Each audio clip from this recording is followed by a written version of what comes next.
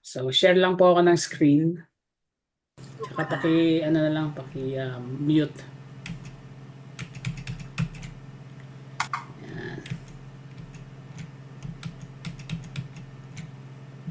Yan.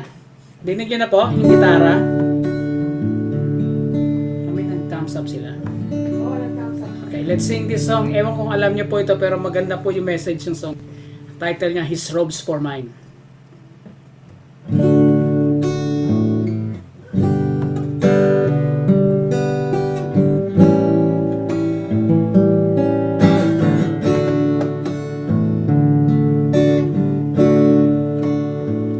His robes for mine, a wonderful exchange.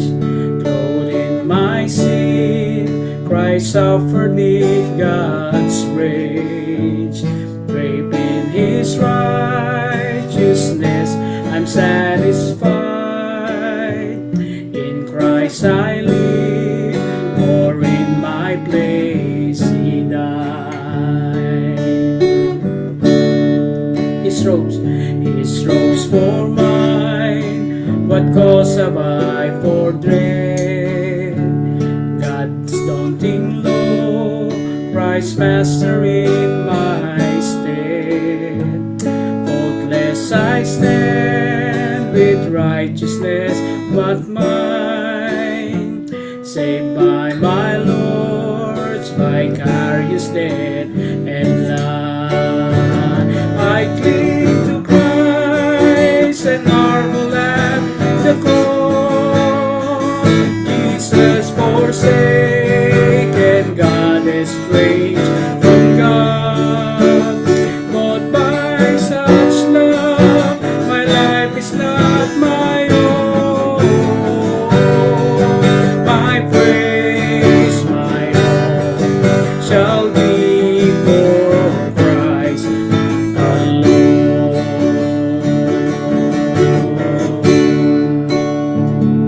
His robes for mine, God's justice is appeased. Jesus is crushed, and thus the Father's pleased. Christ drank God's wrath on sin, then cried is done. Since wages paid, propitiation won.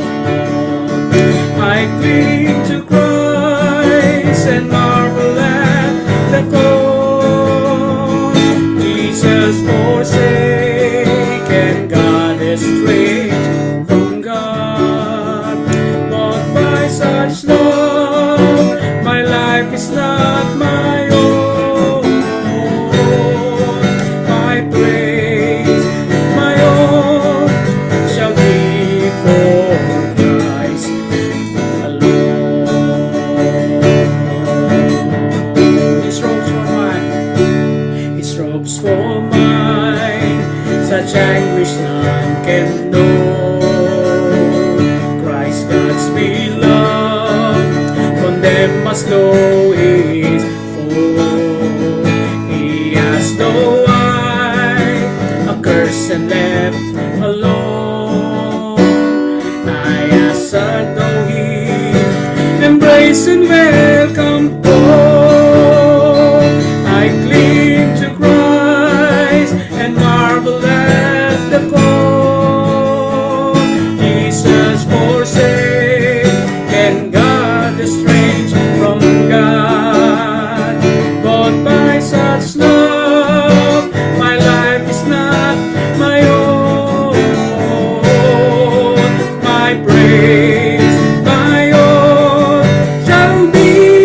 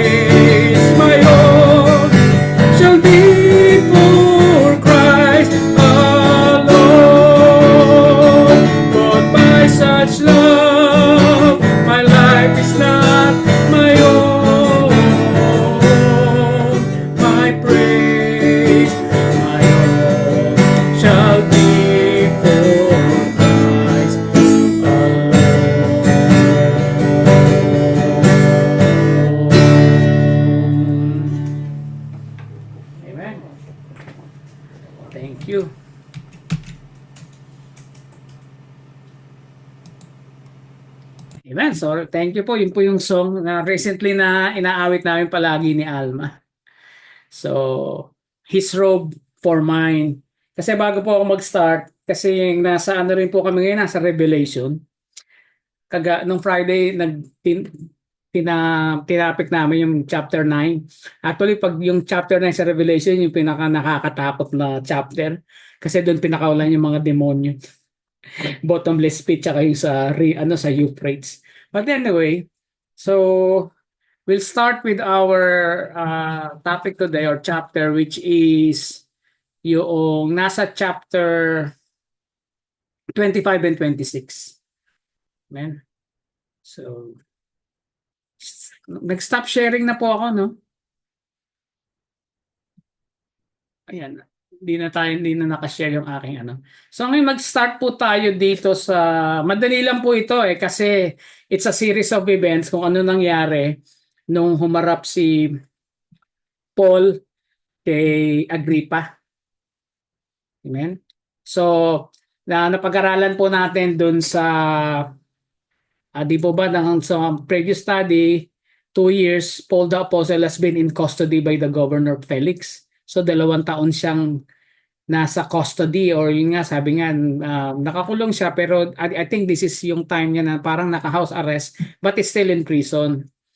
Tapos, hanggang sa nagkaroon na ng bagong governor, ang pangalan nun ay si Festus, na alam naman natin kung ano yung time frame, kung time frame nun kasi nga umabot siya ng 2 years, nagpalit na ng governor. Tama ba, EJ? Ikaw yata nagturo nito.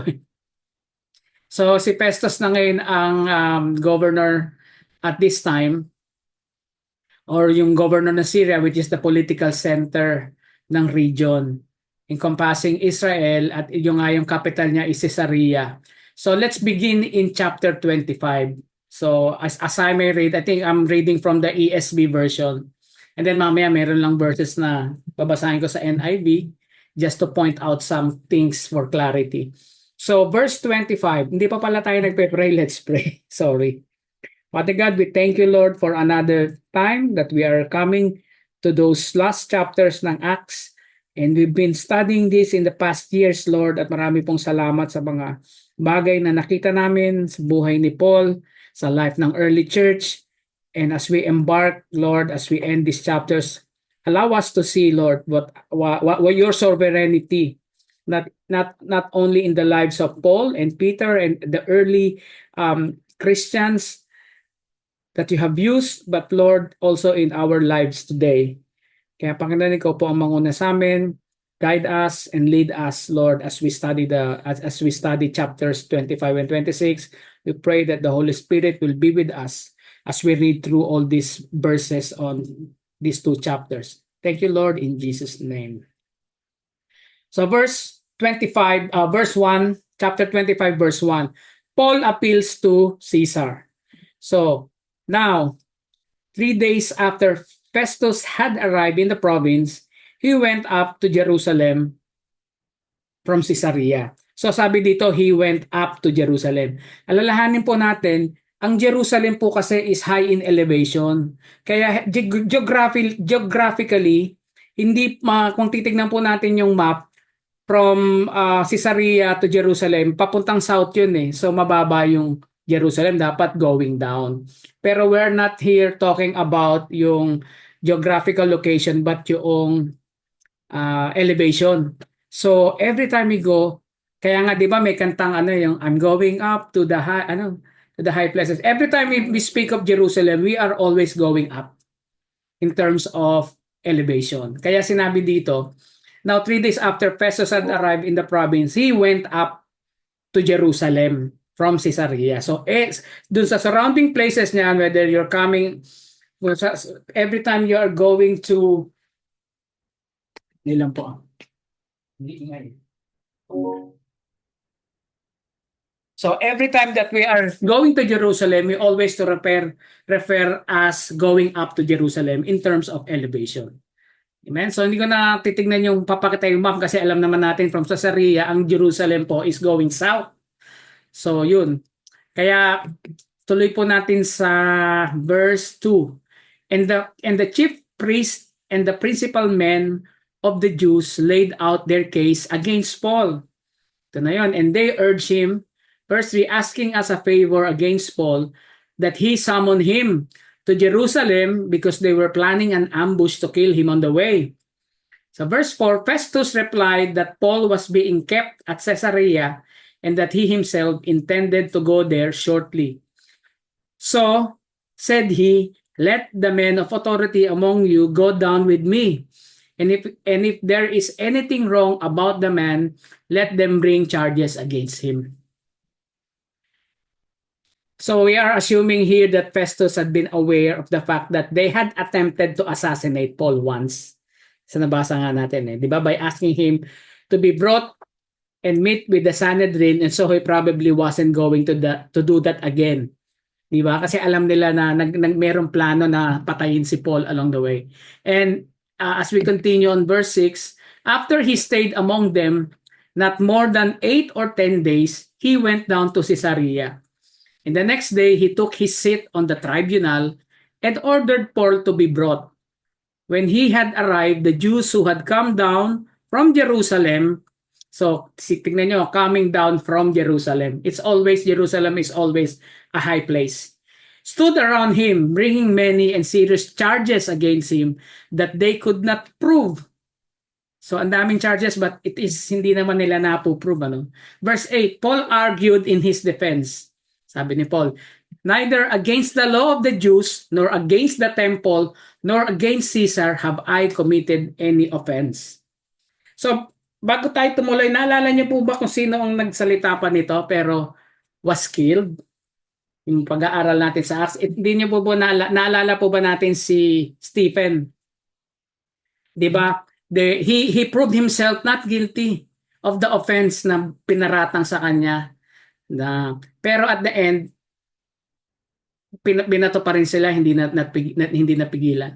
So ibang senaryo ito, di ba? So sabi niya, verse 4, parehong-pareho sila sinabi ni Stephen at actually si Stephen nga ano pa siya, dinefend niya pa yung faith niya, di ba? Yung at that time na hindi siya violate against sa law ni Moses, di ba? Sa law ng Jews or against the temple.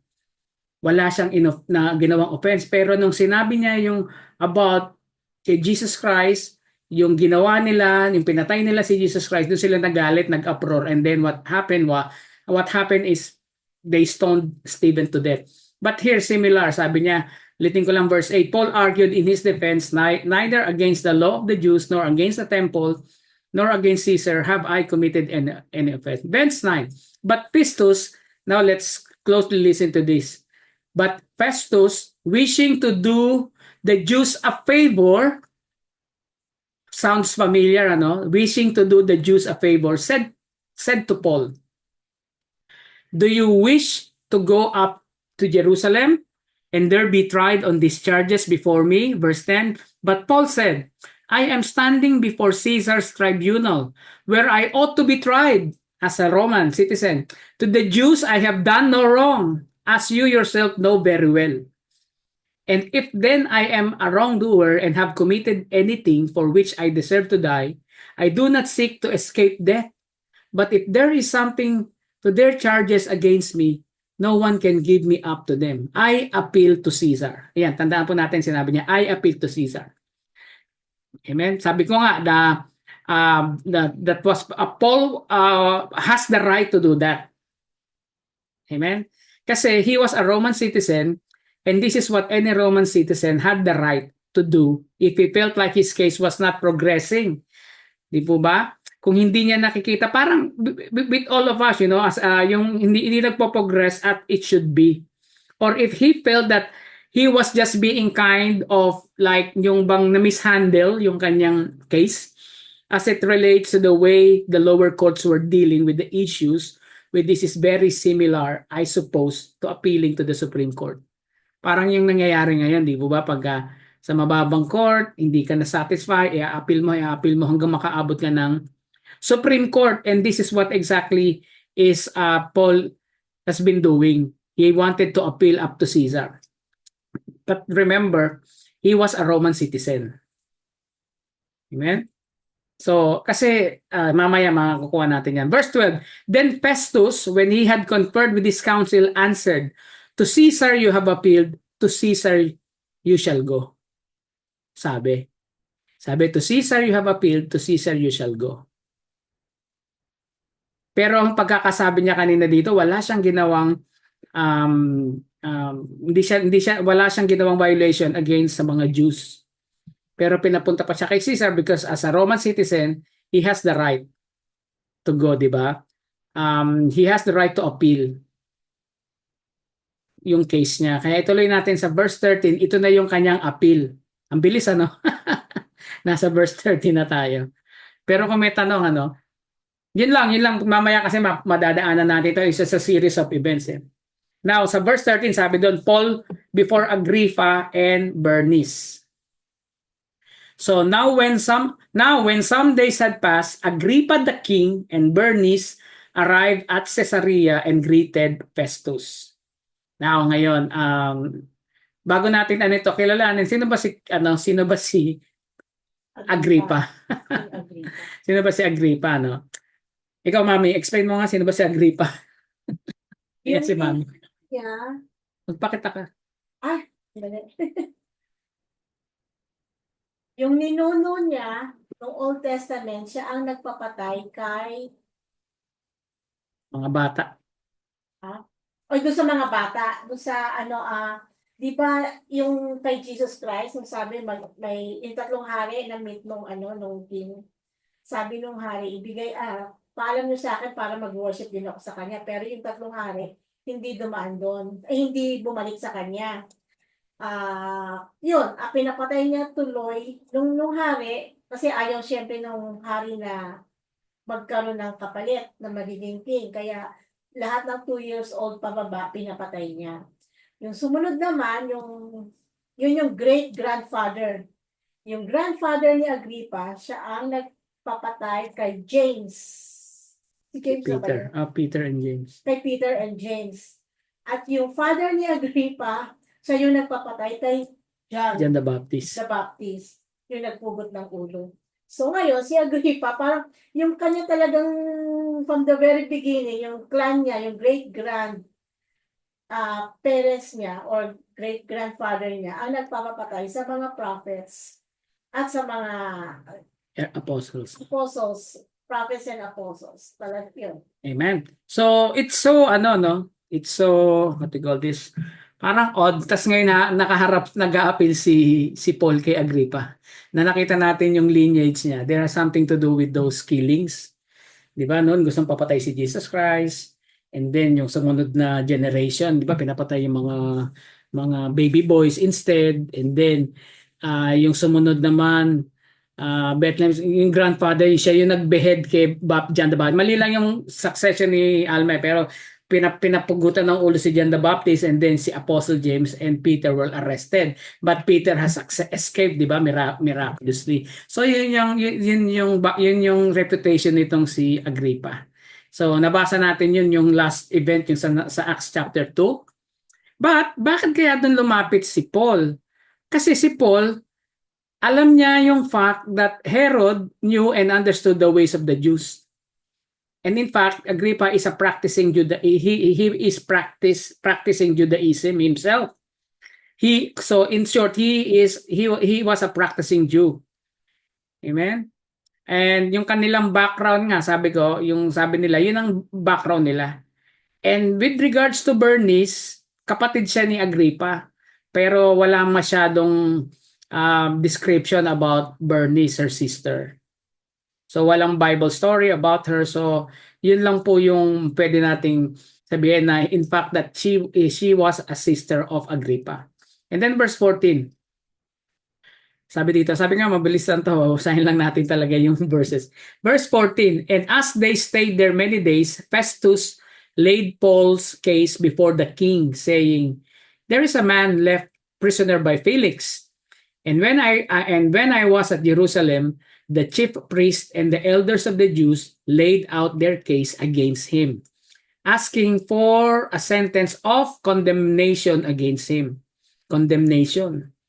Verse 16, I answered them that it was not the custom of the Romans to give up anyone before the accused met the accusers face to face and had opportunity to make his defense concerning the charge laid against him. Because he is a Roman citizen, di ba?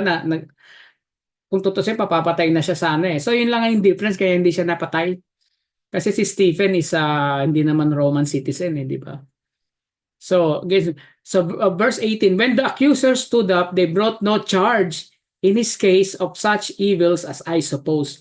Rather, they had certain points of disputes with him about their own religion and about a certain Jesus who was dead but whom Paul asserted to be alive.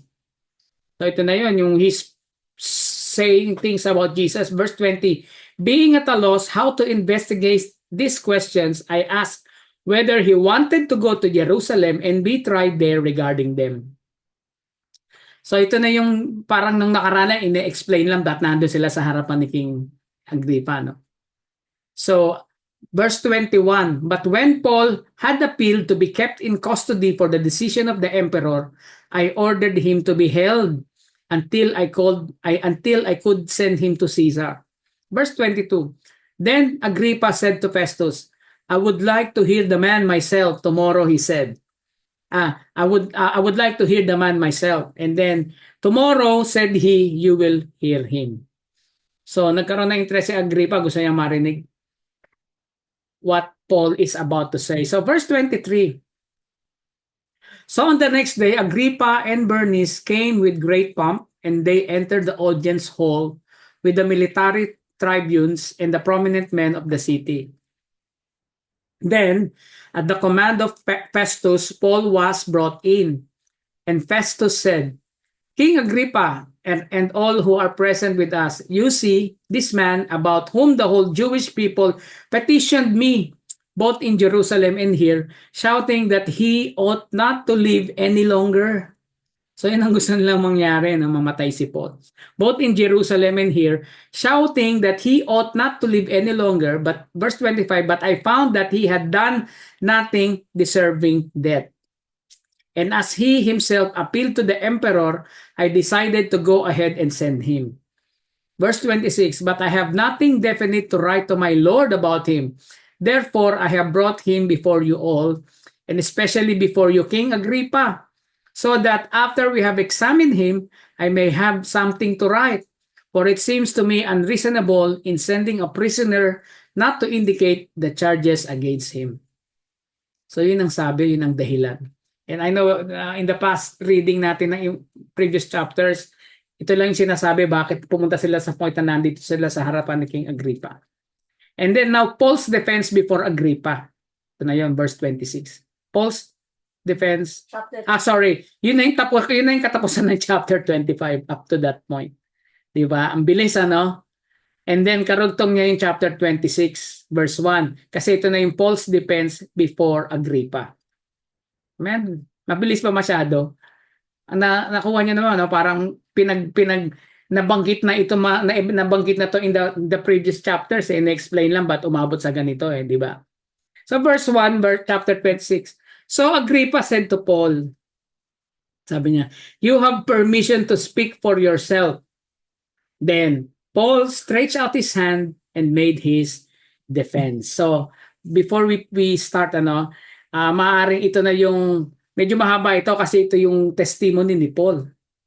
And then yung defenses niya, ibang written defenses niya about his case na pinanig kay Agrippa. So verse 2, sabi dito, ito na yung kanyang, parang dito makikita natin yung testimony ni Paul, ang sarap balikan.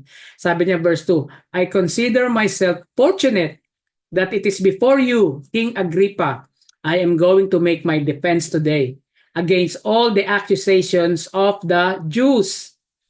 Yung accuser niya, yung kapwa niya Jew. And good thing, meron siyang dual citizenship ng Roman. Kung hindi, napatay na rin siya katulad ni Stephen, which he also approved at that time. 'Di ba? In-approve ni Paul. So verse 3, verse 2 basahin ko ulit. I consider myself fortunate that it is before you, King Agrippa, I am going to make my defense today against all the accusations of the Jews. Verse 3, especially because you are familiar with all the customs and controversies of the Jews. Therefore, I beg you to listen to me patiently. So alam niya kasi si Agrippa is a practicing Jew. Di ba? Kaya ito sinabi niya, especially because you are familiar with all the customs and controversies of the Jews. Therefore, I beg you to listen to me patiently. So kita niya, nag-start siya nung bata pa siya. Verse 4, my manner of life from my youth, spent from the beginning among my own nation and in Jerusalem, is known by all the Jews.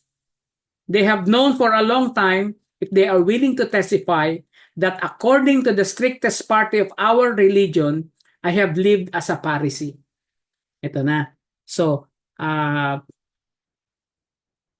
Paul is a Pharisee. So, a party of our religion, I have lived as a Pharisee. So, merong kaakibat kasi pag Pharisee ka, alam mo, familiar ka sa law. Diba? Familiar ka sa law, and then bata ka pa lang, naturuan ka na about the Torah. Amen? So, sinabi niya doon, no, that the king, yan yung sinabi niya sa king, at lahat ng nakakapakinig that he was indeed a Pharisee. So, parang sinasabi dito yung dito natin makikita where Paul is coming from. You know, bago siya nagkaroon ng progression from being a devout Jew, Pharisee, until yung progression niya sa faith, yung tawag dito, makikita natin yung faith niya in a Jewish, yung Jewish faith niya about dun sa Messiah. Di ba ang Jewish faith is they are really looking forward to the coming king, which is the Messiah. And unfortunately, up to this day, Jewish people na hindi Kristiyano, they are still waiting for the Messiah to come. Amen? No, na-miss na nila yon. Di po ba? So, dito makikita natin that na dito nilay bago tayo na magsimula, dito nilay ni Paul dito natin makikita yung kung paano niya nakilala si Jesus Christ later on sa kanyang life. Nag-start ito doon sa kanyang religion o yung sa kanyang belief as a Jew. Kasi he is expecting the coming king, Messiah. Even nung pinapersecute niya pa yung mga Christians, very passionate si Paul with that belief. Ito yung gusto niya sabihin. I was really passionate na parang naalala ko po nung dati, kasi almost lahat tayo nanggaling sa Catholic belief, And then there is one point in my Christian walk na sinasabi ko, I am so thankful na Katoliko ako. Kasi sabi ko, ang dali kong tinanggap yung belief, yung Christian belief, yung biblical belief, or biblical truth or biblical truth about Jesus Christ. Kasi kinikilala natin as a Catholic who Jesus is.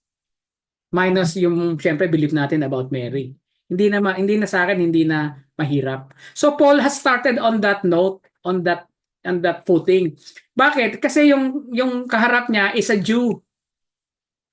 Di ba? So alam niya yung and even in the past, makikita natin there are prophecies na yun ang sinabi ni Stephen babalik-balikan natin di ba kaya nagalit yung mga Jew.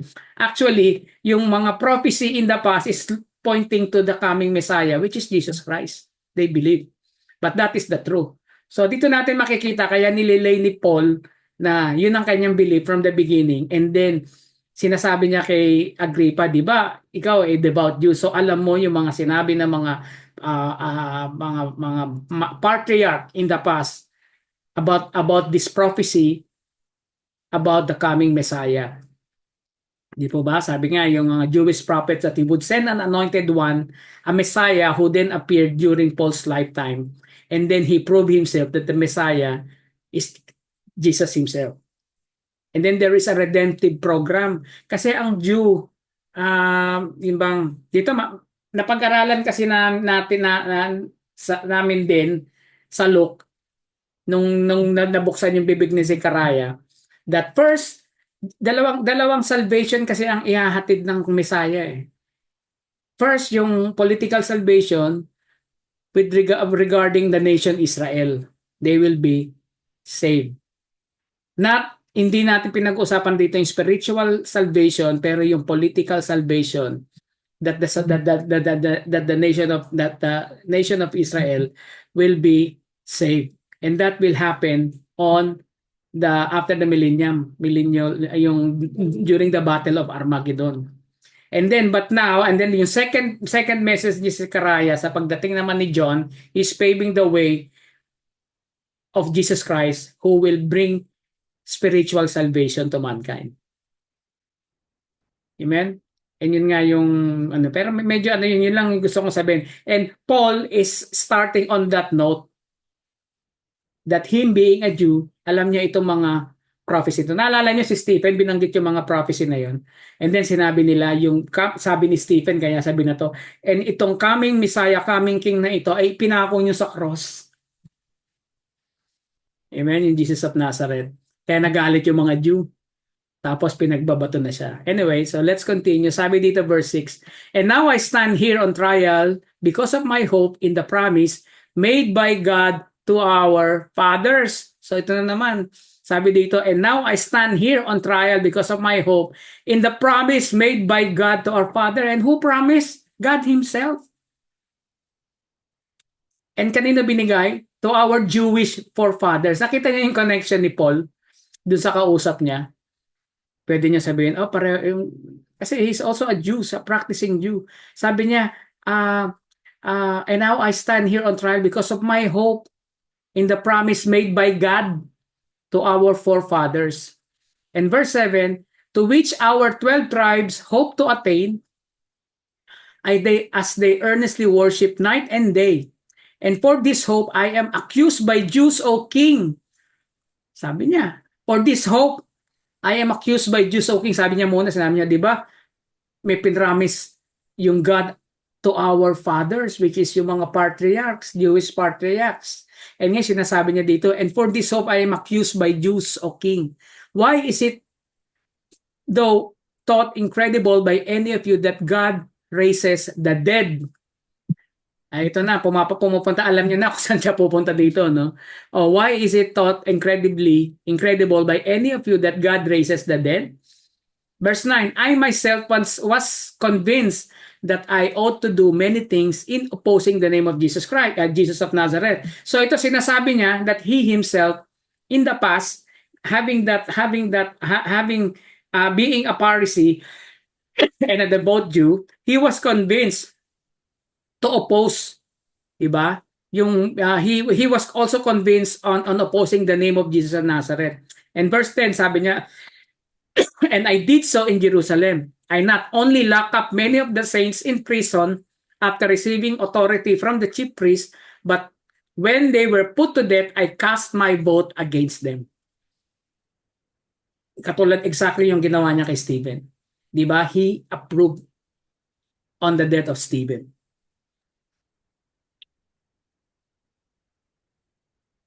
Makikita natin, no, bumabalik-balik siya dun, no? So,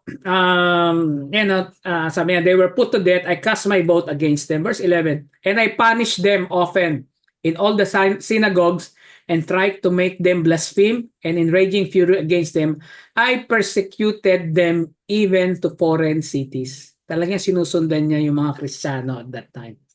Yung beginning ng Acts, yung mga sila Peter, di ba?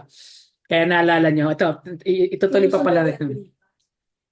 Hindi, sinusundan ni Paul. Yung sinasabi niya yung kanyang testimony, kinikwento niya kay Agrippa, yung ginawa niya, being a Jew, hanggang naging devout Jew siya. Ngayon, nandito siya pumunta dahil nga devout siya dun sa Jewish tradition teachings.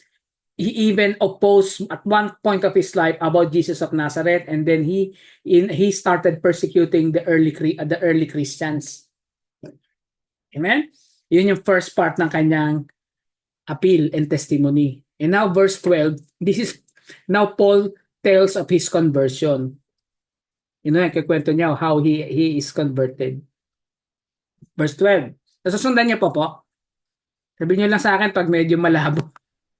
So, yun yung kanyang first part ng kanyang appeal and a testimony, And then now, this is the second part. Ito yung maganda. Paul tells of his conversion. Verse 12. In this connection, I journeyed to Damascus with the authority and commission of the chief priest.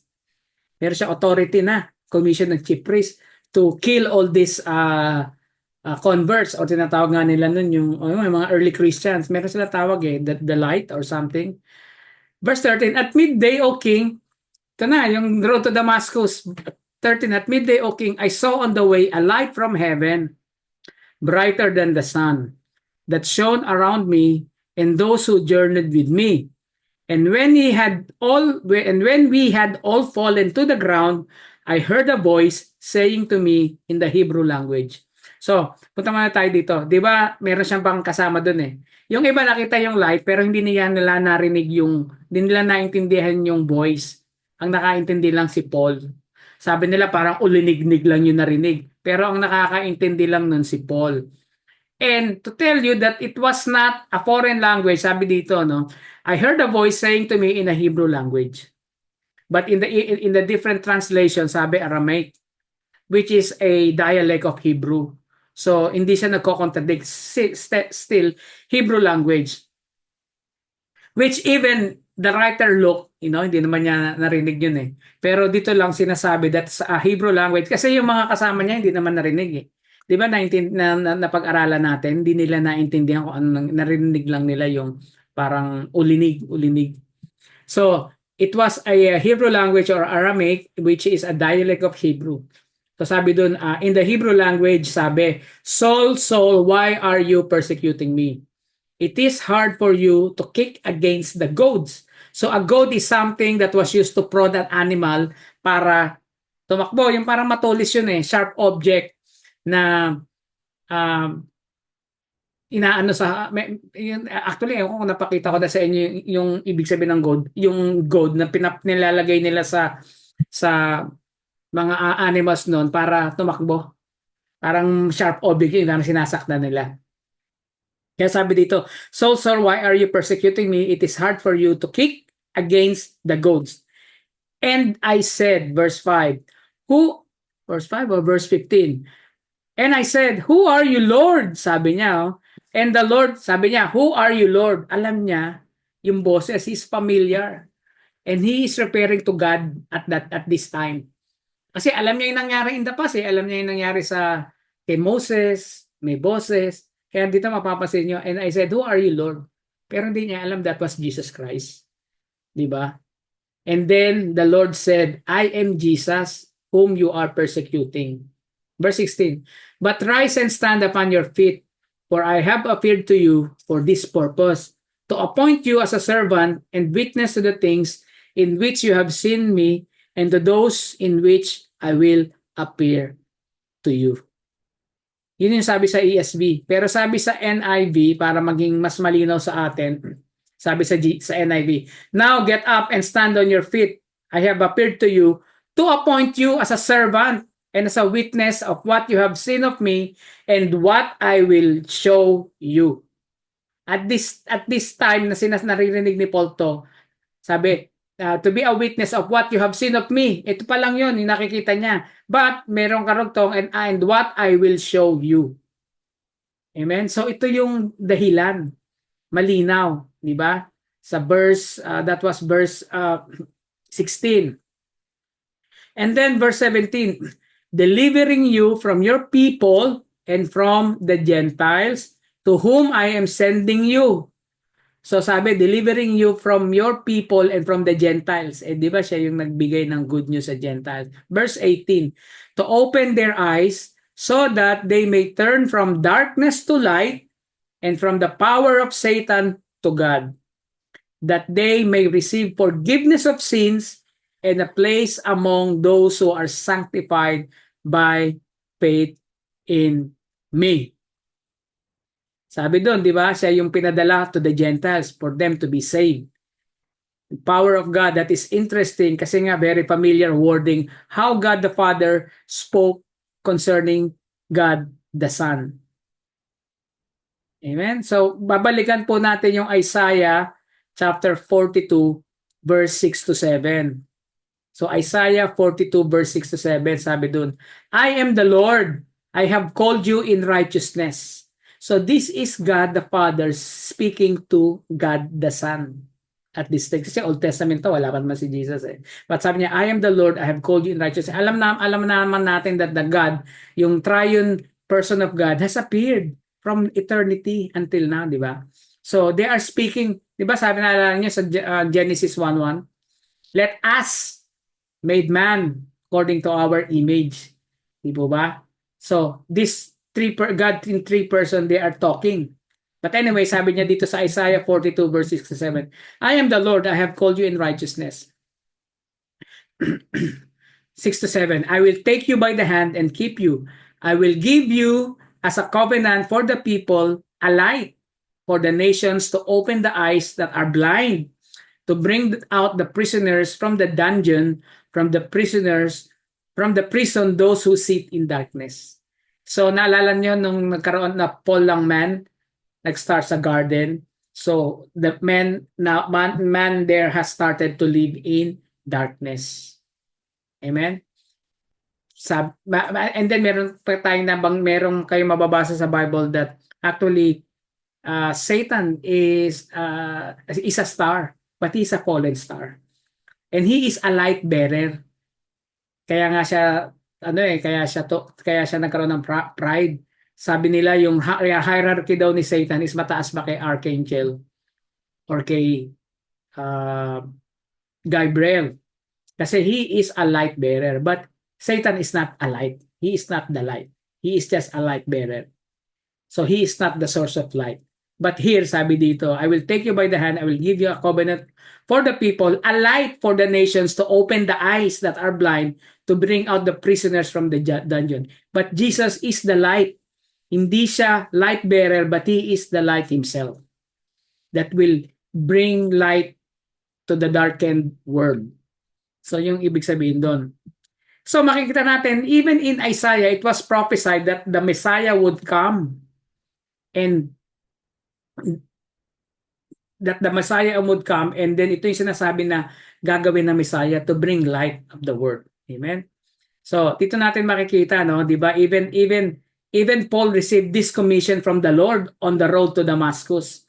So extension of the ministry of Messiah, but that parang hindi na tayo dun magugulat because that commission is not only given to Paul but given to all of us. Ano, 'di ba, greatest commission? Ano sabi sa greatest commission? Let us go and preach the gospel. So hindi mo na sasabihin, ay brother Jun, wala naman akong gift ng teaching. No, that is commission to all of us that we should share the gospel. Amen. And then the end will come. So this is the commission. Di po ba? Kaya tignan mo dito sa Colossians chapter 1 verse 13 to 14. Sabi dito. Colossians chapter 1 verse 13 to 14. He has delivered us from the domain of darkness and transferred us to the kingdom of his beloved Son, in whom we have redemption, the forgiveness of sin. So, dun sa ano ni Zechariah, yung 'di ba napipisi si Zechariah, nagsalita siya. So the main purpose of the Messiah is to deliver us from the domain of darkness and transferred us to the kingdom of his beloved Son, in whom we have the redemption and forgiveness of sin. Actually, ang number one ministry ni John the Baptist is to tell people that they are sinners. Di ba? Ang hirap nun. Na yung sasabihin mo, ay ikaw makasalanan ka. Wala makikinig sa'yo. Pero ang karugtong kasi nun, to tell them that they are sinners and then they need saviors. But the good thing is, Messiah is coming to forgive us to all our sins. Naalala po natin, di ba, yung law? Actually, the law doesn't have anything to do with our salvation. But the law is the instrument for us to realize that we need a Savior. Bakit po? Kasi wala namang nakagawa ng law. Kasi kung mayroong isang taong nakagawa ng law, hindi na kailangan dumating si Jesus Christ.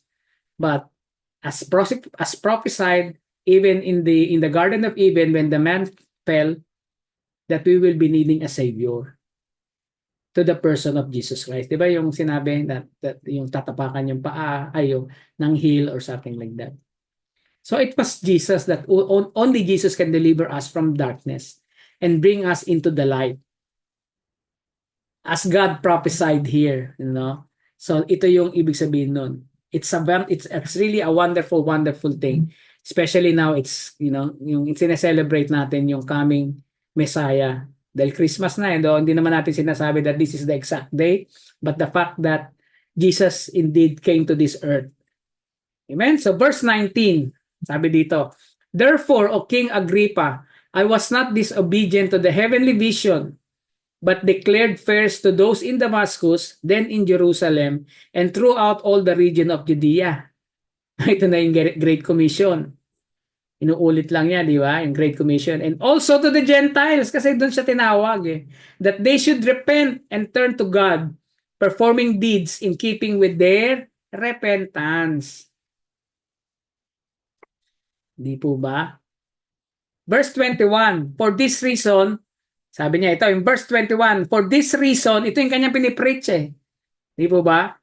Sabi dito, but declared first to those in Damascus, after nung kanyang road to Damascus, yung light, nung naturoan na siya, fast forward, sabi niya, "I declared for those in Damascus, then in Jerusalem, and throughout all the region of Judea, and also to the Gentiles." Hindi lang dun sa Jewish nation, but lumabas na siya up to the uttermost part of the earth. Sounds familiar. This is the greatest commission na ginawa na ni Paul. Even Paul had obeyed the greatest commission. That they should repent and turn to God, performing deeds in keeping with their repentance. Ano po ba ang repentance? Repentance is actually change of mind. Ang Greek term nito is metanoia. Change of mind, 180 degrees turn. From the law Yeah. to the good news. So, ito yung kaya nga ang hirap sa Jew, change of mind. Pero mga tradition nila, nakaugalian nila itong mga traditions and beliefs. Di po ba? Ang hirap. Yung old covenant to the new covenant, ang hirap baliin. Amen? So, sabi dito, verse 21, "For this reason, the Jews seized me in the temple and tried to kill me." Verse 22, "To this day I have had the help that comes from God, and so I stand here testifying both to small and great, saying nothing but what the prophets and Moses said would come to pass."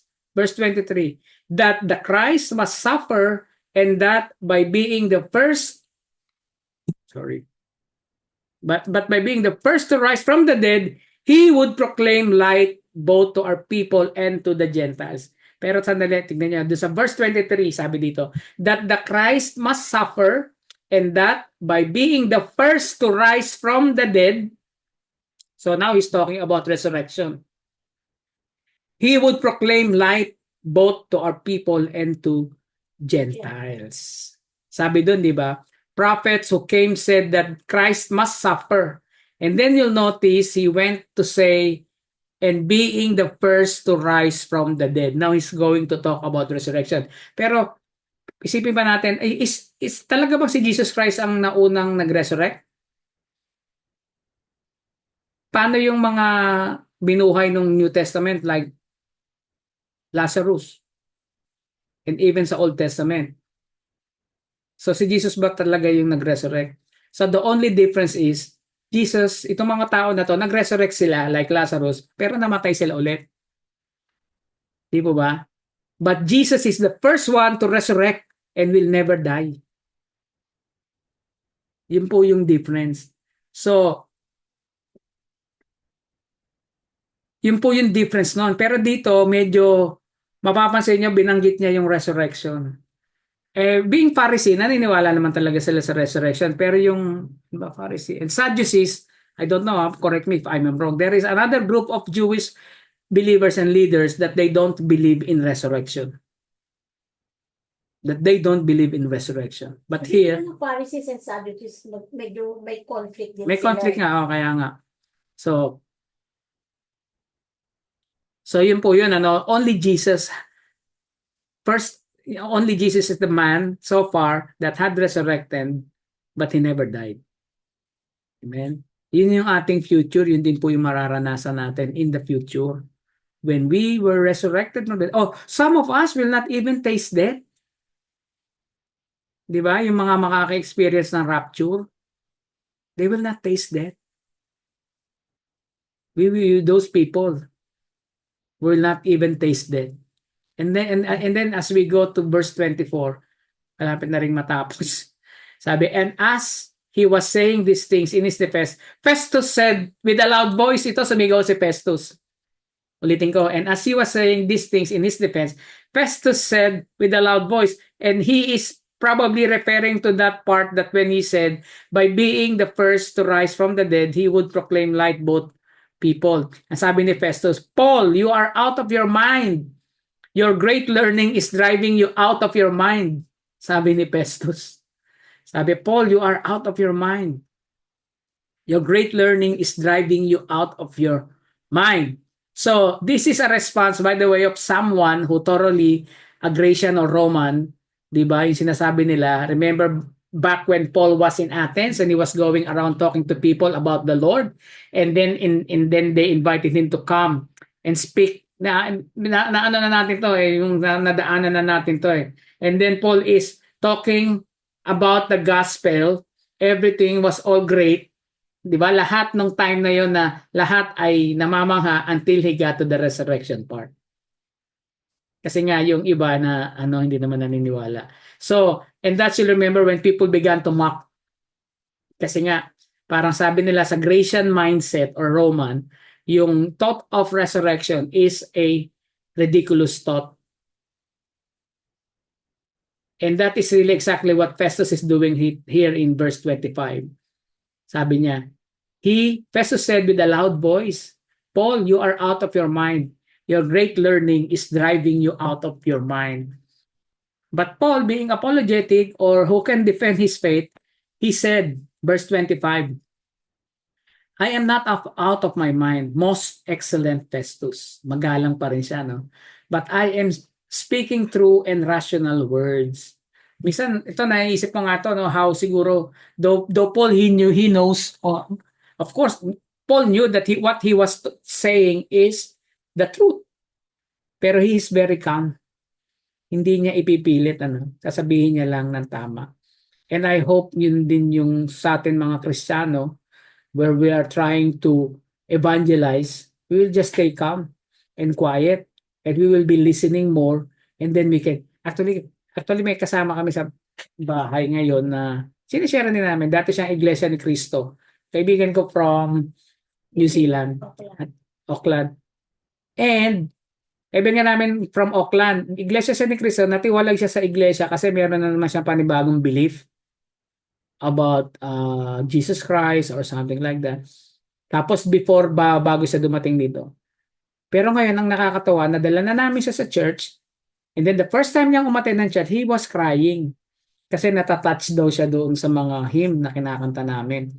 And then naka-attend na rin siya ng isang Bible study namin, pinababayaan ko siya magsalita, pero pag may sinasabi siya, sabi ko, sige po, manong tignan natin kung ano yung sinasabi ng Bible.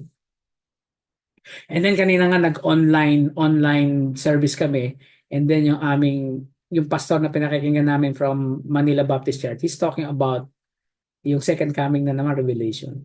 And then sinabi niya, ay nako, darating pa. Meron silang belief na hindi pa raw may darating pa raw na isang Mesaya, sabi niya. Meron, pero hindi ko siya binablan. Ang sasabihin ko lang sa kanya, alam mo manong, dapat umattend ka ng Bible study namin. Kasi doon, babasahin natin verse by verse. Hindi tayo magja-jump into conclusion.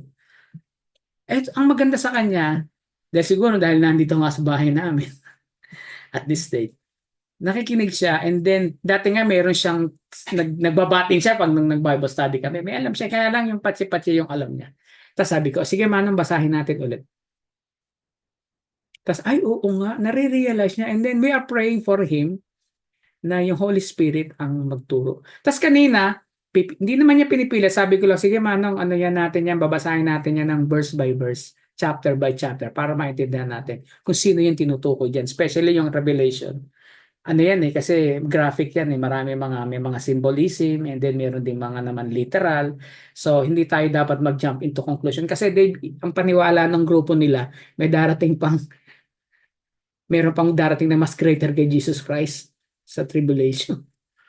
or sa Revelation, which is siyempre tayo bilang Kristiyano, ay ang rapture niya pa is tayo pre-trib, no? Ang rapture niya is post-trib. Nagbabasa din siya. Sabi ko, ay hindi manong. Sabi ko, hindi. Ang sabi ko lang kanina, ay hindi manong. Pag nangyari yung nangyari tribulation period, wala na tayo. Na-rapture na tayo. But anyway, ito yung sinasabi ko lang. Kasi ito sabi, but Paul said, I am not out of mind, most excellent Festus. Biro mo sinigawan na siya ni Festus. You're out of your mind. Baliw ka. Pero very calm pa rin dito siguro si Paul. So much more for that. Pero yun nga, pinagpe-pray namin siya na umaten naman siya ng Bible study namin. Sabi ko kay Alma, ayoko siyang, kasi pag nagbigay siya ng argument, patsi-patsi.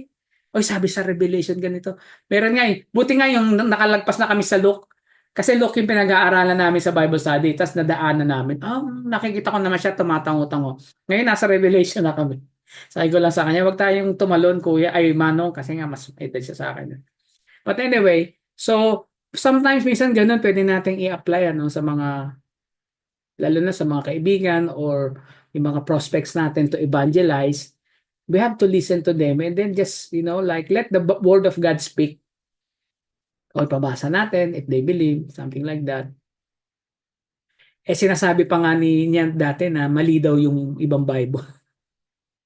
Sabi ko nga, paano natin malalaman kung mali? Alam mo, sabi ko sa kanya na lang, alam mo, Manong, hindi natin yan maiintindihan without the Holy Spirit. So yun inaano ko na dapat tanggapin mo muna si Lord. Pero yung huling ano namin nagpray ako ng general kasi dalawa sila doon na hindi Christian. But I'm continuously praying na kasi every time na sinasama namin sa church pagka yung time ng worship, may iyak. Tapos nung nakaraan sinisipa ako, hindi ko daw siya binigyan ng tissue. Iyak siya nung iyak. Sabi ko, nag-worship din ako, hindi ko siya nakikita. But anyway, yun ang prayer namin. But here, nakita natin dito, sabi niya, Paul said, I am not out of my mind, most excellent Festus, but I am speaking true and rational words. Verse 26, sabi niya kay Festus, and then sabi niya sa verse 26, for the king knows about these things, and to him I speak boldly. Sabi niya, alam ni Agrippa to, and to him I speak boldly, for I am persuaded that none of these things has escaped his notice, for this has not been done in a corner. So in other words, these things is not done in private. Diba? Kaya sabi niya dun sa verse 27, King Agrippa, do you believe the prophets? I know that you believe. Nakita niyo yung ni Paul? Kasi si Paul, alam niya si Agrippa is a practicing Jew. Sabi niya, King Agrippa, do you believe the prophets? And alam niya, yung binasa niya, yung kinote niyang verse from Isaiah. Hindi niyo napansin dito, lahat ng yung karamihan yung mga kinote niya, kinote niya is from Isaiah. Di ba? And again, yun nga, di ba? Yun nga, kinote niya from Isaiah, kaya sinabi niya. And then, ito verse 29.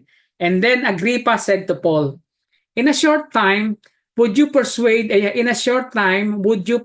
to be a Christian? Parang napansin niyo si Agrippa, parang ano siya. And Agrippa said to Paul, in a short time, would you persuade me to be a Christian? So Christian, meaning follower of Christ. And Paul said, and ito napakagandang statement dito, sabi ni Paul. Yan, inuna natin. Take note, verse 29. And Paul said, whether short or long, I would to God that not only you, but also all who hear me this day might become such as I am. Except for this change. Siyempre, nakakulong siya Anong sagot ni Paul? And Paul said, whether short or long, I would to God not only you, but also all who hear me this day might become such as I am. Except for this change. And ito ang pinakamagandang, nakita nyo yung kung paano nag-transpire. And at this stage, marami pang nakakapakinig. And these words that Paul said, I believe that God allowed it. Diba? That God allowed this, itong pangyayari na to na mangyari. And then verse 30, then the king rose, and the governor, and Bernice, and those who were sitting with them. So tumayo na si Agrippa kasama si Bernice and the governor. And verse 31, and when they had withdrawn, they said to one another, ano sabi nila? This man is doing nothing to deserve death or imprisonment. So yun ang verdict. Sabi niya, this man is doing nothing to deserve death or imprisonment. Verse 32, and Agrippa said to Festus, and then let's listen to this. This man could have been set free if he had not appealed to Caesar. So hindi niya na talaga kinakailangang makulong. Nakita nyo, hindi niya na kinakailangang makulong. He had appeared to Caesar. And may narinig nga kami ni Almang commentary ay yung nagsalita rin about these verses. Parang nagkamali ba si Paul? Tinatanong nila. Did Paul have made a mistake in appealing to Caesar? Kasi sabi dito, this man could have been set free if he had not appealed to Caesar. Amen? So maraming tao pinag-aralan tong verse na to eh. Parang sinasabi nila, especially yung mga Bible scholars, na naniniwala sila that Paul had made a mistake on this part to appeal to Caesar. 'Di ba? Pwede naman na lang daw siguro sila mag-appeal to God in prayer and live like that. Or bigay na lang niya sa hands ng Panginoon, or parang hindi na lang siya nag-appeal on a human court and so forth and so on. Pero ano po ba yung pinapakita dito? 'Di ba? Yung nag-appeal pa siya sa Roman Emperor, ginamit niya pa yung kanyang Roman citizenship. And then yung God's plan niya to ultimately get him to Rome. Pero 'di ba, inabot yun ng ilang taon, ilang panahon, and he was imprisoned. 'Di ba? Pero dito makikita natin that God in His sovereignty is a sovereign God. And God allowed things to happen for a reason.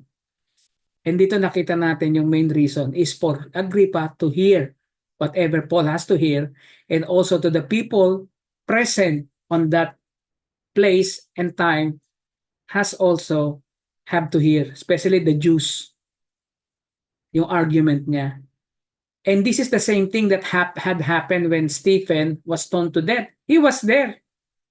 Alam niya yung nangyari. Amen? Naging bold si Stephen at that time, and yung kanyang ministry was cut short kasi namatay nga siya eh. But God is sovereign. He allowed things to happen for a reason. So, that's the end of chapter 26. Pero gusto kong pumunta sa note na yon at sabihin sa atin na there are so many things, lahat tayo nagkakamali with our decisions. Kaya nga minsan, madalas sinasabi ko, yung pag nagkamali, ayoko nang balikan yung pinagkamalian ko. Hindi para yung hindi pansinin, pero kung it will make me feel down, hindi ko na babalikan, but I will look forward that God allowed things to happen for a reason. Kaya sinasabi ko nga I am learning, but most of the time in a hard way. And then ang prayer namin ni Alma sa aming mga anak to learn, for them to learn, whatever cost them. Kasi sa akin na si Alma sinasabi niya, hindi, hingin ko kay Lord not in a hard way. Pero sometimes we really need to experience it the hard way. Otherwise, we will not learn. Kasi the thing is, yung process ng learning, whether hard, whether easy, the thing is, we learn. Amen? God is sovereign. And God is sovereign. Hindi pwedeng kita mo kasi dun sa last verse okay na sana, kaya lang sinabi, hindi na kailangan. They were convinced. Pero sa tingin nyo ba, kung hindi ito nagsalita, merong, I believe, may nabago kay Agrippa, kay Bernice. Nabanggit kasi si Bernice, hindi lang natin alam anong storya niya, no? And the governor, and all the people that are present during that time. And then we remember, di ba, Acts of the Apostle.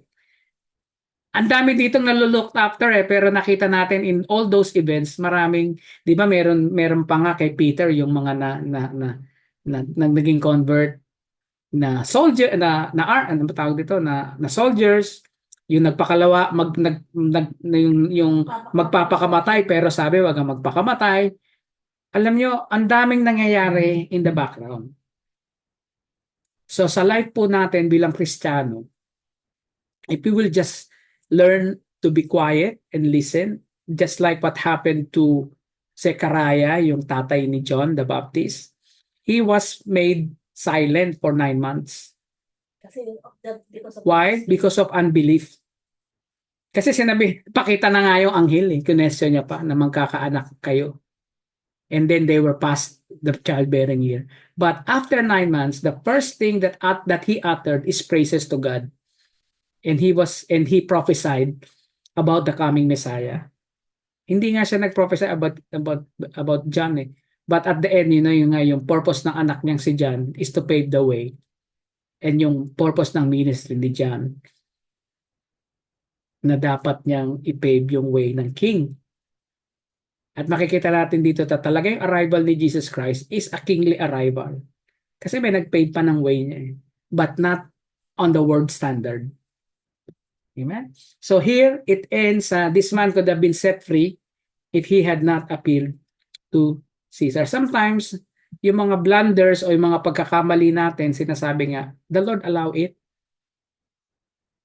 Diba? To advance His kingdom, even in our lives. So looking back, whatever happened to our lives, yun naman ang take away ko dito when I read this one, God is sovereign. Diba? Ilang beses na ba tayo nagkamali, pero patuloy pa rin tayong pinapatawad ng Panginoon at tinutuwid ng Panginoon at inililigtas ng Panginoon. And kami ni Alma, naalala nyo before we shared something na burden namin mag-asawa kasi we had this conflict with another brethren and we fail and then akala namin ganun lang yun, magse-separate kami ng ways. But ako personally, sinasabi ko, Alma, ayoko makita yung mga yan pag nasa church. Iniiwasan ko. But sa pag-aaral namin ng Word of God, I am convicted, and even my wife Alma is convicted that we are not glorifying God sa ginagawa namin. Kasi ano bang sabi sa Bible? Kung meron kang offering sa Lord, iwanan mo at makipagkasundo ka sa mga kapatid mo na meron kayong di pagkakaunawaan. So, years passed, actually more than a year. And then, for reason, umabot sa church. Akala ko, hindi simple.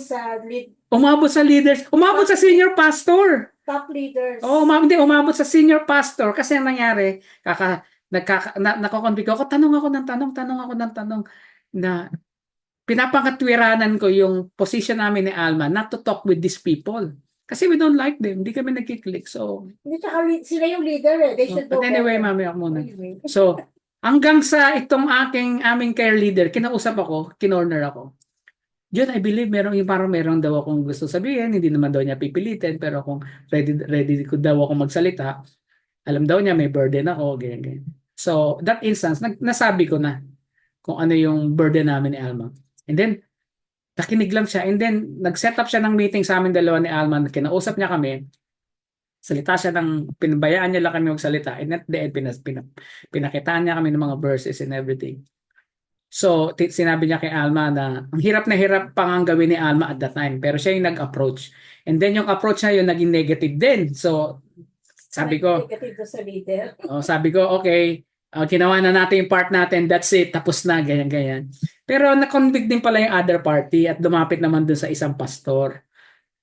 And, actually, nasabi sa akin ng babae na kaya sila lumapit dun sa isang pastor dahil hindi nila alam what am I up to, baka masama pa rin ang isip. But anyway, sandali lang. Okay, fast forward.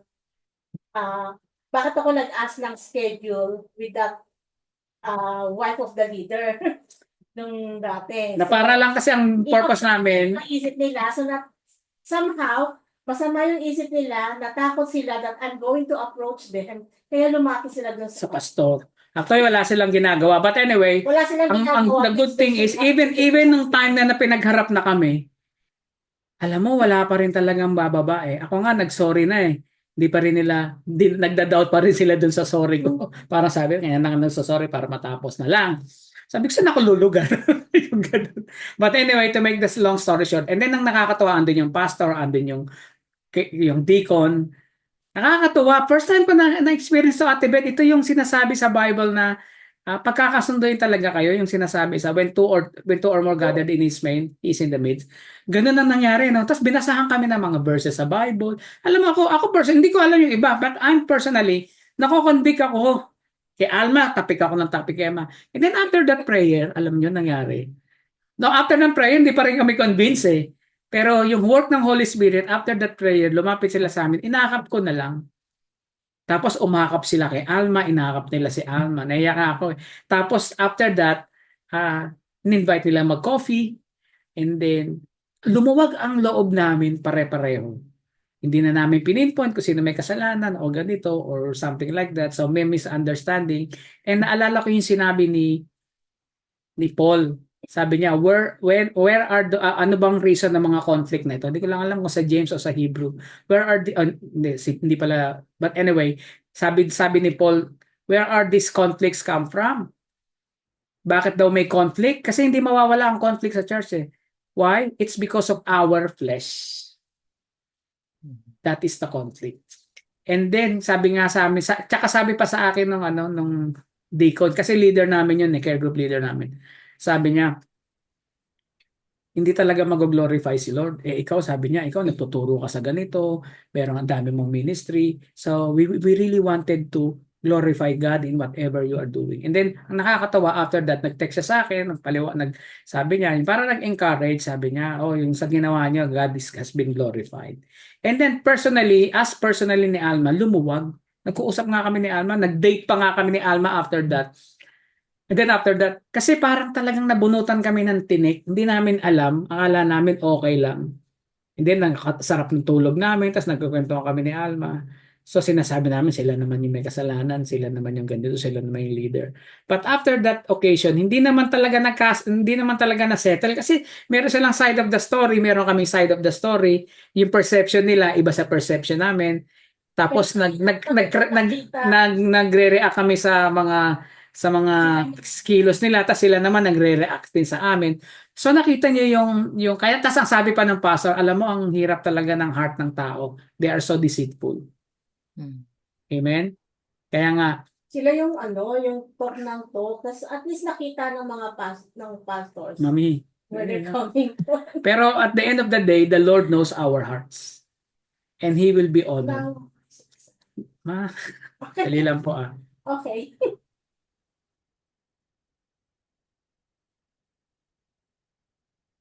So talagang dapat maging maingat po tayo. Ibig sa ganito kasi ang daming tas pinakita sa amin yung about yung mga stripes, yung mga ganyan, kaya may sama ka ng loob. I'm not saying this kasi nangyari na sa amin. Alam ko marami pa kami alam niyo naman 'di ba nung bago kami umalis diyan ng New Zealand, ganun din. Pero alam mo nung kami ng forgiveness, kita mo bago kami lumipad papuntang Australia, nagkaroon ng chance na kung sino yung taong meron kaming conflict, lumapit at nag-sorry, nag-humble down.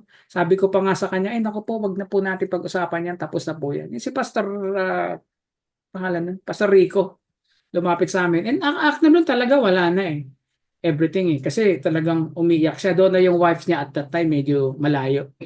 Ayaw. Pero sabi ko nga sa aming dalawa, wala na. Sabi ko, wala na po yung pastor. Kung ano man yung nasabi, kahit naman ako, sabi ko nga kay Alma, ang hirap kasi mag-explain. Di ba? So, hindi ko na ipagtatanggol ang sarili ko, si Lord na lang bahala. Kasi ang hirap ipagtanggol ang sarili. Pag maglalamang pinagtanggol ang sarili mo, lalo kang maraming lalabas ng mga Kita mo nangyari kay Willie Ong, nagkasakit ng cancer dahil dinadala niya yung mga naririnig niya sa social media. Though hindi siya Kristiyano. What I'm just saying here, ito yung exactly na God is sovereign even in our lives. He knows everything. And then there are times that we really need to be silent like Zechariah. Di po ba? And wait upon the Lord and wait on His whisper. So yun lang po ang chapter 25 to 26 and then I will just leave sa inyo po kung ano man yung mga gusto nyong idagdag o isabi o i-share. And mag-start po tayo kay Ate Beth.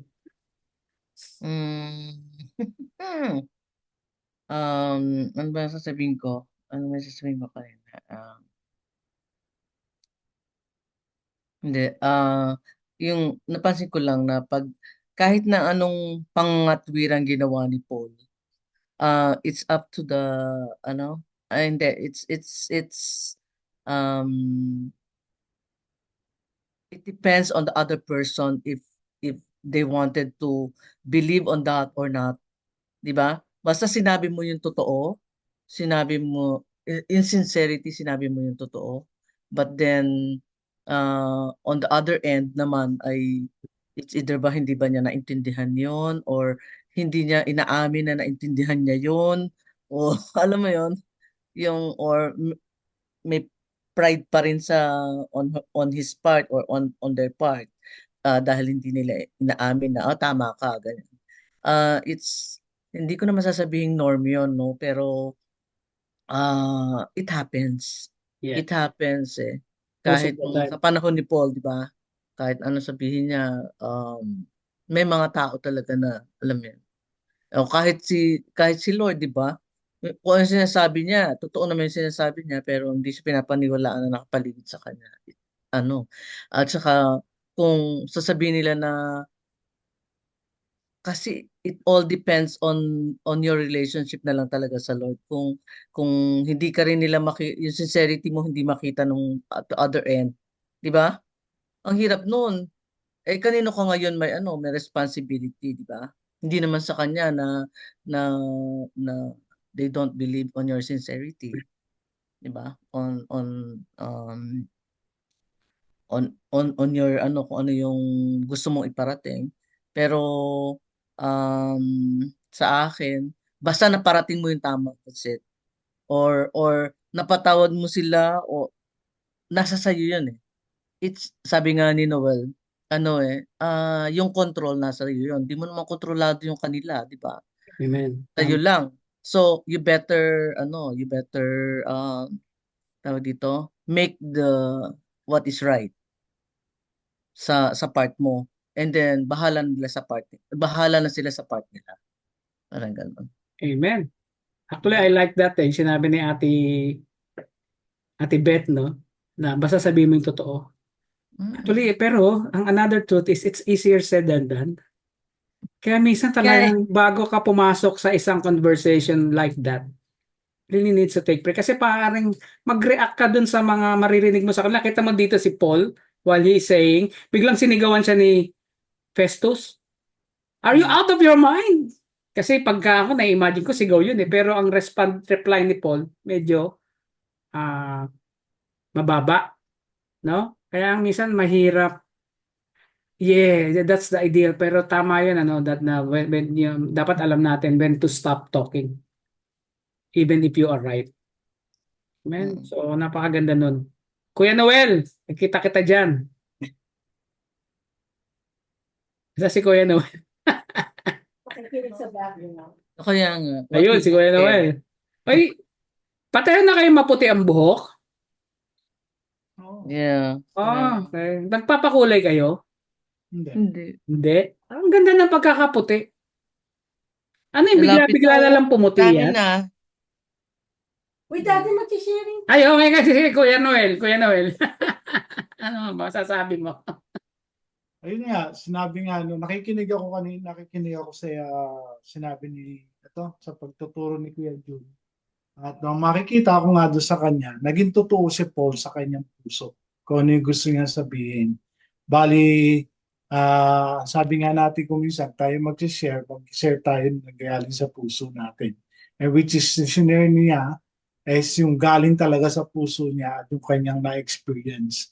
And not to the point of sharing the word of God is yung the best way is yung kung ano yung na-experience mo talaga. Yun ang magandang halimbawa.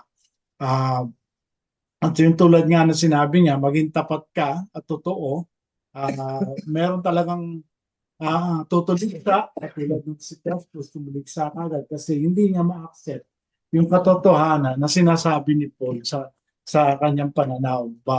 Ganun. Kumbaga, let the Lord deal with it. Ganun. But be true to yourself when you comes to sharing what experience mo sa Panginoon. At bahala si Lord na para paintindihin. Hindi lang naman kasi ang point doon ni Paul, hindi naman yung para magsalita siya hindi para lang kay Festus, hindi para kay Agrippa. Oo, There oo. are a lot of people Tama. around the scene na nakakarinig sa kanila in a way na yung iba doon ay makikita yung katotohanan. Okay? So, doon bumato si Paul. So, in a way din sa atin, kung tayo nagbabahagi ng salita ng Panginoon, sa 10 tao, at isa lang ang mag-response, it's a good thing to continue what we're doing for the glory of God. Yun, huwag kayo matakot. Kasi God is with us naman eh. But the point is just be true to yourself. Whatever yung God experience mo kay God, yun ang ibahagi mo. Which is Paul, yun ang ginawa ni Paul. Kung ni-experience niya kay God, yun yung sinare niya talaga. So, the rest is kumbaga, hindi natin alam, walang response doon kung ilan ng Kristiyanong naniwala. Mm. But I believe na doon sa conversation na yun at doon sa mga taong nasa paligid na yun, si Agrippa tingin ko hindi kumbinsido siya na totoo yun siya. Kasi kaya sabi ni Kuya Jun well knowledge si Agrippa o well versed si Agrippa. Alam niya yun alam na naniniwala sa propeta diba? So yun. So yun lang ang aking kondom Amen. na masabi. Actually, tama yung sinabi ni Kuya Noel kasi doon sa verse 30 sabi, then the king rose and the governor and Bernice and those who were sitting with them. Yes. So So marami. all of them are convinced that Paul sabi that Paul is doing nothing to deserve death or imprisonment. Baka may personal issue si Condon si Festus Oo, si Festus. May personal Oo. di natin alam yung history ni Festus. History niya. Baka meron siyang personal grievances kay Paul. Kaya gusto niya si Paul ma-imprison at mapugutan o mamatay. But eventually, di ba, nakita naman natin history na ano nangyari talaga kay Paul. Inalaw ni Lord yan. Bakit? May reason si Lord. Hindi na malaking bagay. Bakit si Stephen, inalaw ni Lord na mamatay? Namatay. Oo, tama. So, Dito natin makikita yung sovereignty talaga ni Lord. No? Kung, like for example, meron tayong sakit, we prayed, hindi naman tayo gumaling, well, God is sovereign. no, Hanggang doon na lang. minsan nagtatanong din tayo, ba't tinalaw ni God na Oo. may cancer si ganito, may cancer si ganyan. Galing. He's sovereign God. He knows everything. From out of that, may people may save. Ganun, sa May be kanyang- saved. Exactly.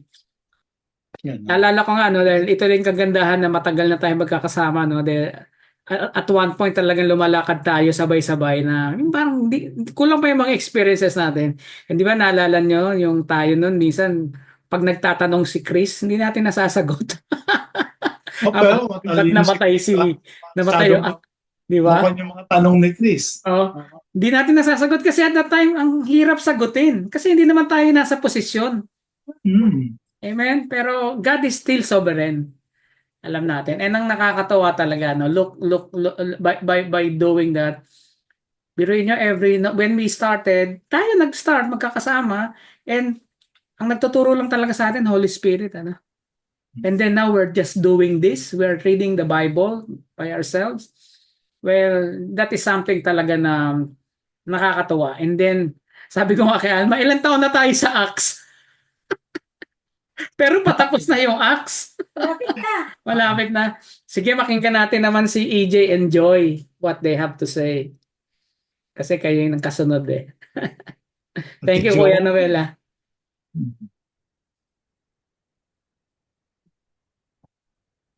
Naka-mute pa kayo. Ayun. Yeah.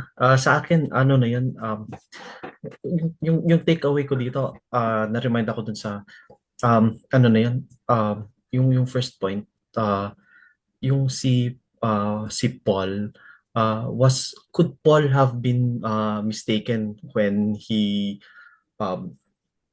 claimed na to go to be no, iba pa yun. To go to trial with Caesar. na nag-petition sa kay Caesar. Tapos yung parang um, in parang it's one of the three na ang naalala ko, yung first yung with Barnabas. Mm.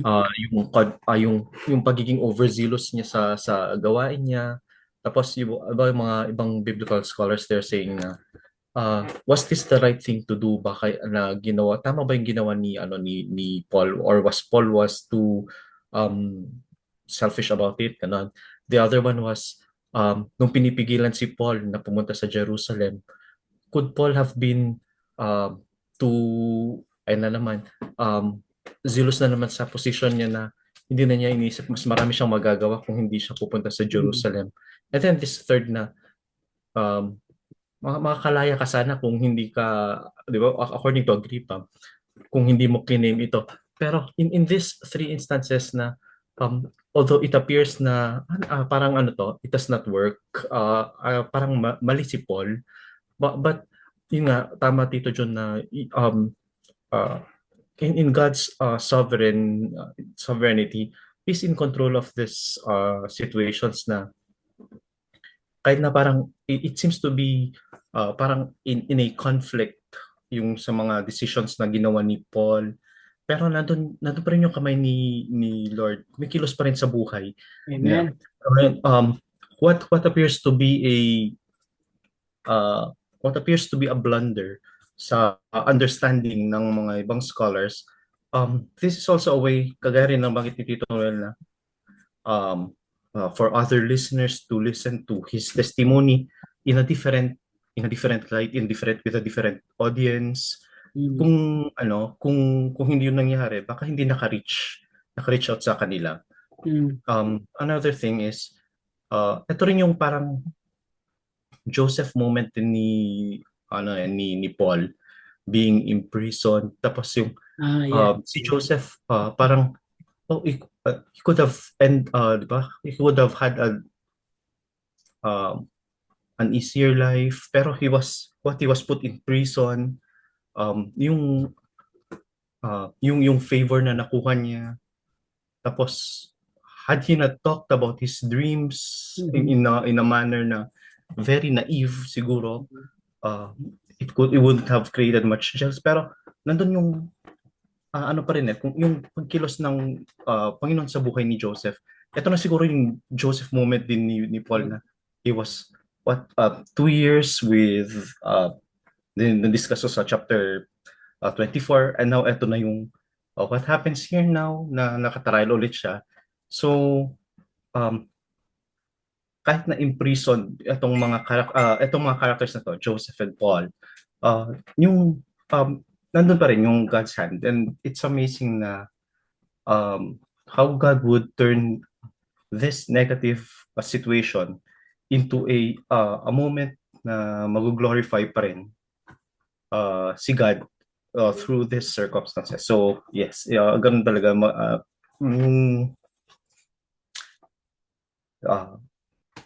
yung mga kaganapan dito, kahit na mukhang parang parang conflicting, there's types of doubt, pero still God is in the works, and we give glory pa rin kay God sa ganitong situation. Amen. Bago magsalita si Joy, alam mo pag nagsasalita si AJ, na napapangiti. Like yung sinabi niya Joseph moment, kasi I don't know, kasi nung nakilala ko si AJ, hindi pa siya Christian. Di ba? Nagkakilala tayo. And with this Bible study, every time na magtuturo siya, I glorify God, EJ. It's not to brag you or to tayo lang naman nandito. But I thank God. You know, how you are saying this, how I listening, yung parang ako naririnig ito sa'yo, sa mga sinasabi mo. Kaya napapangiti ako kanina while you're sharing. And I pray na ituloy-tuloy mo yan. At ilan ba anak mo? 3 anak mo, EJ? Ilang tuturuan mo na hindi mawawala. Ayun pala yung na-share ko kahapon, kasi alam mo EJ, yung mga ibang kasama namin na sa care group namin, ay sa Bible study group, nag-share sila na yung mga anak nila, kasi teenager na, 13 years old, nagtatanong na. Kasi nakalakhan nila yan lumaki sila sa Bible school and then at 13 nagtatanong na sila Totoo ba yung church natin? Totoo ba yung faith natin? Ba't sila nagtatanong? Kasi andyan na yung mga outside forces na naririnig nila. And dapat lang maging firm tayo sa faith natin. Unang-una na sa mga anak natin. Alam natin ipagtanggol, alam natin i-defend, or alam natin ipaliwanag sa kanila kung ano yung pinaninindigan natin as parents.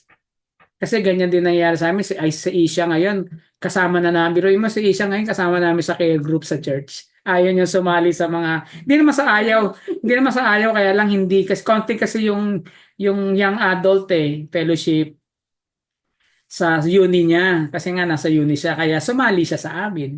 Yung normal, regular care group. But anyway, I thank God, EJ, tuloy-tuloy mo yan. At huwag ka madi-discourage mag-aral ng salita ng Lord. Kasi alam ko, along your way, share ko na sa'yo, marami magdi-discourage sa'yo, even Christian, to stop. Sabi ko nga sa conflict. But like Paul, alam mo yon, nung nakita natin si Paul, ang mga pinagdaanan niya, dire-diretso pa rin siya. Hindi siya natatakot, hindi natatakot, pero maraming nagsasabi, mali yung ginawa ni Paul. Nagkamali siya ng decision.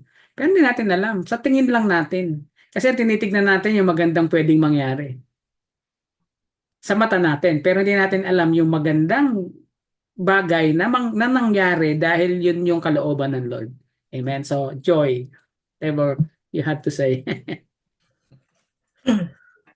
Dun sa may question na tama nga ba si Paul sa mga desisyon niya. Parang yung last kong na-share yung tungkol sa 23 na, di ba bumalik siya ng Jerusalem? Sabi nga na huwag pumunta ng Jerusalem. Tapos may pati yung mga nag-prophesy kung paano siya ititreat ng mga Jews, di ba? Tapos may question doon na, tama nga ba na pumunta pa siya doon, yung decision niya. Pero because of zealous, yung ano niya doon sa work, para to glorify God, tumuloy pa rin siya. Pero hindi naman siya sinisi ni Lord. Ikaw kasi, tigas ng ulo mo, pero sabi niya, take heart, take courage as you have testified about me in Jerusalem, so you must also testify in Rome. So yun yung sinigurado ni Lord, ni-reassure niya na yung purpose ko para sa iyo na mapupunta ka ng mag-testify ka sa Rome is matutupad kahit ano pang mga difficulties na pagdaanan mo. So, parang ganun. So, sabi ni Tito John kanina, so, tama ba yung decision niya? Tapos, kung sakaling mali man ang decision ni Paul, God is God of redemption naman. So, kung mali man siya doon, God, yung purpose ni God, plan niya is still there. And sabi ko nga, God is the God of redemption. So, kung ano man yung pagkakamali mo, mariredeem ka doon. And it's for the good thing naman sang happen. So, sabi nga, isa pang tanong, tama nga ba na nag-appeal pa siya kay Caesar? I think, sabi nga ni Tito John, God is sovereign. God allows it. Kung hindi man siya na-allow or na-allow man, merong magandang that deserves death or imprisonment. I think medyo may pride pa silang sabihin na parang doesn't deserve death. Parang feeling ko yung pride nila, hindi pa nila ma-accept na true yung sinabi ni Paul.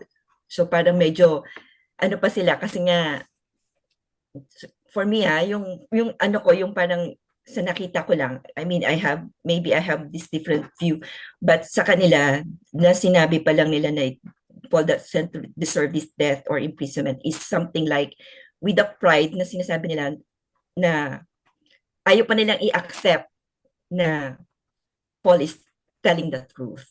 Kasi di ba alam nila, Jews sila, so alam nila yung resurrection na it's true. And Paul is talking about the truth about Jesus. So anyway, so yun yung ko, God is sovereign. If we made a mistake, God is God of redemption. Kay sa Joseph moment, parang it happened for a good reason. So parang ganun.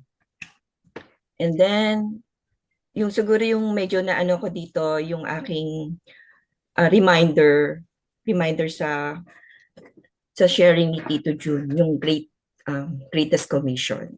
So I think the Acts is not just about Paul or about the apostles, but it's also talking about us, sabi nga ni Tito June. It's yung journey, kasi tapos na yung journey ni Paul. I mean, they are done and we are continuing it. So, it's for us to, yung parang guide natin, no? Paul, nag-serve kay God, it happened, yung plan ni Lord, it happened sa buhay niya, and then ngayon yung church lumaki, alam mo yun, yung, nasa na ba yung church from the start, nag-start sila to where it is now. It's here with us. So parang umabot pa sa yun lang. Yan, nakakatuwa nga, di ba, ngayon na, kaya, dito kasi sa, parang compare na, here sa western world, if you go outside, sagrado to na, known country, and Islam believing,